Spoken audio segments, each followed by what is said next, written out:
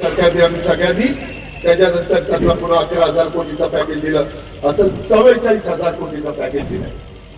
मला काही शेतकऱ्यांनी वेगळं सांगितलं, त्याच्यात कुठे अजून राहिला असेल तर सांगा, आम्ही तुमचे आम्ही ते प्रश्न सोडवण्याच्या करता बसलेलो. आपल्याला विकास साधायचा, जसा आम्ही पिंपरी चिंचवड मध्ये केला, जसा आम्ही बारामतीमध्ये केला, जसा आम्ही इतर ठिकाणी केला. वेगवेगळ्या शहरात जर बकालपणा असेल, मी त्या दिवशी चुकीचा शब्द वापरला विकार म्हणून, तो शब्द मी वापरायला नको होता, त्याबद्दल मी दिलगिरी व्यक्त करतो. परंतु बकालपणा, शहरामध्ये बकालपणा नसला पाहिजे.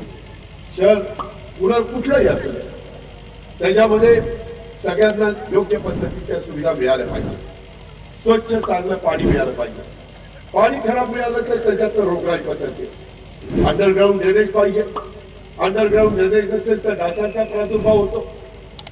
त्याच्यामध्ये कुठेही चुकीची झाडं वेडाबाबळी वगैरे आल्या तर त्या काढल्या पाहिजे, तिथं स्वच्छ केलं पाहिजे, चांगली झाडं लावली पाहिजे, देशी झाडं लावली पाहिजे. ते करता येतं. वेगवेगळ्या योजना आहे.